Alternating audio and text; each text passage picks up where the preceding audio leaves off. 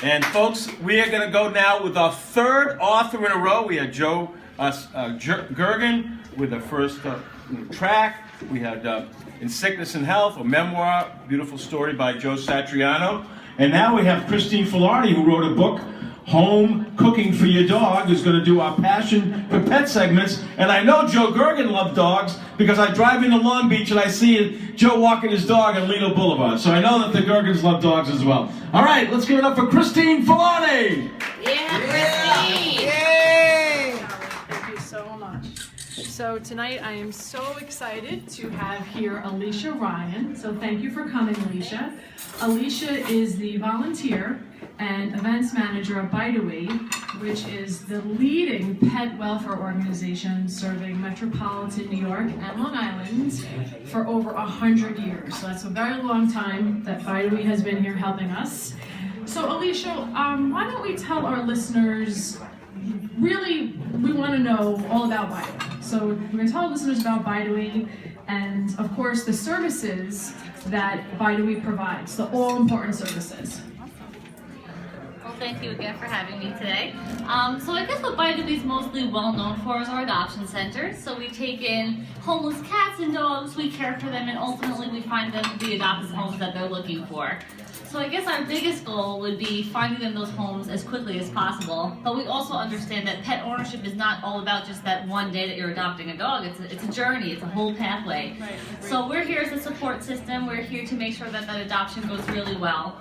And something that we pride ourselves in is really making sure that we make the matches correctly. So the adoptive parents that are coming in, we match them to the exact animal that's right for them. And then from that point going forward, we have programs that they can come to for their whole lives together. So things like our animal hospitals that they can come to as their regular vet, training programs they can do for educational purposes. We have dog parks for that human-animal bond. We love those dog parks. Exactly. Yeah. It's right out in West Hampton. It's a really beautiful location. Okay. And we also have a pet memorial park. So it's, at the end of your pet's journey, we can memorialize them there. So we're really all about being your go-to location for all your answers and really just being your friend, because what we want is we want those animals to have really great homes, but we also want families to have, really great pets. Wow, I love, Alicia, I love this idea of the matching program, because I really believe, unfortunately, animals are brought back to the shelter because they haven't been matched. I, of course, have pit bulls, of course I do, which are matched very well to myself. So, obviously, an adoption center, there's people out there saying, of course she does! An adoption center obviously needs volunteers, correct? So, what kinds of opportunities are available in terms of the adoption center and other volunteer opportunities? Awesome. So we definitely have so many opportunities for volunteers to get involved, and of course, first and foremost is helping out our animals. Right. So we have shelters in New York City, Wantagh, and West Hampton. Wow. And it's really important and so crucial to have volunteers at these sites because these animals are coming in. They don't have much background with other people, or maybe they do and they're just really scared, so we want those volunteers to come in and really help them and make them as adoptable as possible. Okay. But we also have other opportunities as well. So maybe people who want to help out animals, but not necessarily want to work with them directly. Right. So people can answer the phones for us. We get millions of calls every single day. Fundraising drives. Fundraising? Absolutely. Help with that, okay. We also have volunteers that come in to help with social media, to help with maintenance of our property, all those kinds of things. If you name it, if you can do it, we'll definitely take it and utilize your skills. It's great. We have a huge scope, and it's because of our volunteers that we do. Okay. And it's amazing. Our volunteers are our family. We have parties, we have workshops, we get together every so often. I'm humbled every day to work with these people. I manage an amazing group of people. We're so lucky to have them, and I'm lucky every day too, so we're always looking for more people to help out. It's a great situation that we're in. That's awesome. I think they're lucky to have you too, Alicia. They really are very lucky to have you. And so I know that you have a pet therapy program, so why don't we let our audience know a little bit more about what that is. I happen to love pet therapy programs, and I think we need more pet therapy programs in a lot of institutions.